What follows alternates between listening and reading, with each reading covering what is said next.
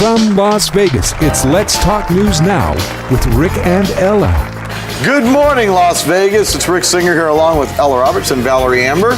If you haven't gotten your first cup of coffee, now's the time to do it. Or wait until break. It'll be worth talking about. Right. Ladies, as always, we start off the first part of our show talking about something that's just covering the news, and that is the Sandusky trial. Right. Okay. Coach Sandusky, assistant coach at Penn State, relieved of his responsibilities. At one point, continues to have access to the campus and so on. Develops a foundation to support children. While he's in trial?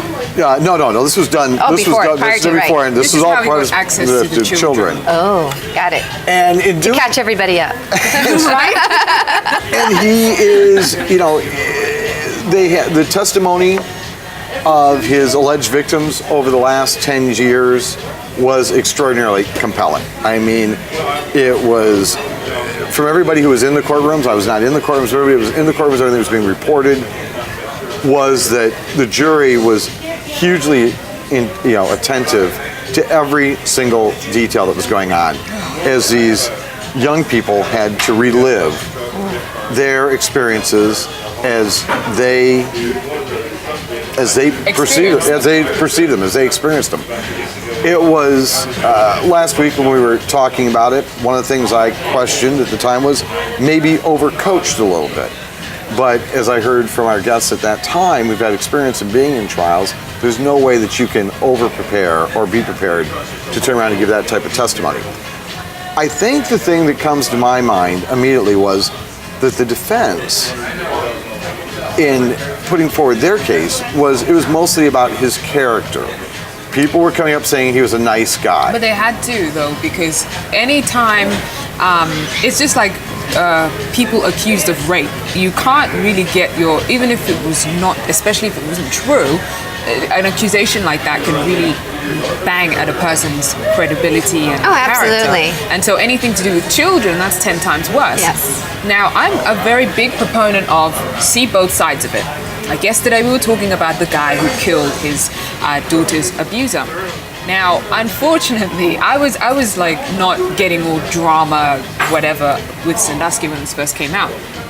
But the stuff he himself said, I was like, dude, you just dug yourself a couple of holes. That was the other part of it too, Valerie. Is it? Well, there's a reason why it went to trial, I think. I mean, Yeah. I don't think cases go to trial unless it's really serious. Like, unless it's, there's something's really wrong, Exactly. And, I think that in this case, Sandusky had done some interviews. One of them was a very famous interview with a very famous sports personality.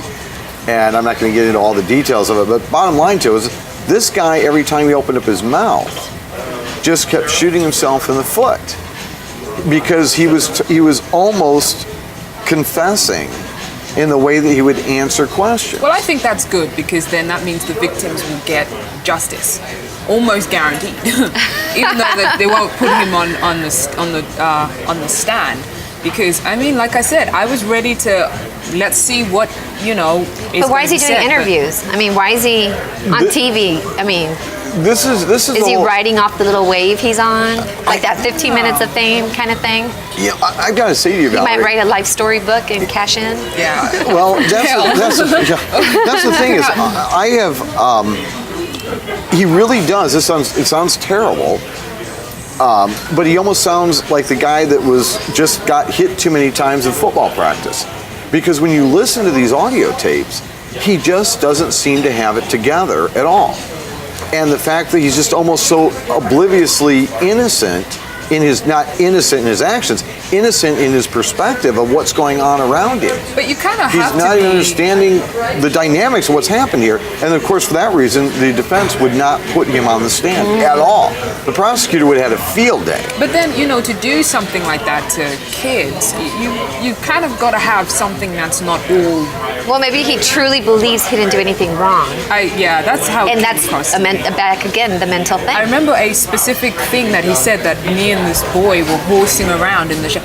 This kid is not yours, and you're in the shower with him and he's naked and you're horsing around. What on earth does that mean? We're going to be hearing a whole lot more about as this case goes in deliberation.